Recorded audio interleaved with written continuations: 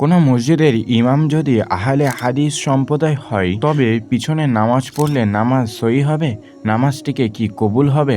তো আজকে জানবো এই সম্পর্কে এবং এই প্রশ্নের উত্তর। এ নিয়ে তোমাদের যদি প্রশ্ন থেকে থাকে তো আজকে সেই উত্তরটিকে আমরা বিশ্লেষণ করব।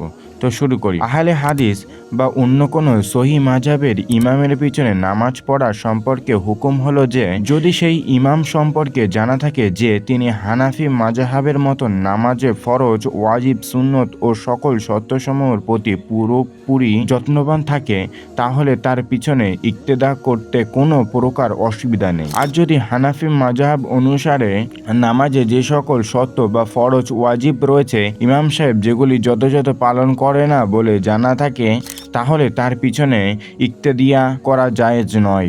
আর যদি এমন ইমাম সম্পর্কে বিস্তারিত জানা না থাকে তখন তার পিছনে ইক্তেদা করা মাকরুহ হইবে। কিন্তু বর্তমানে আহলে হাদিস সম্প্রদায়ের লোকেরা যেহেতু মাযহাবের খেয়াল করে না বরং মাযহাবের খিলাফ করা সব মনে করে, ইমাম মান্য করা শিরিক বলে, ইমামগণ সম্পর্কে অনেক জঘন্য মন্তব্য করে থাকে, মাযহাব অনুসারীদের তিরস্কার করে, সে কারণে তার ফাসিক ও হঠকারী সাব্যস্ত হইবে। সুতরাং যথাসম্ভব তাদের পিছনে ইক্তেদা না করাই বাঞ্ছনীয়।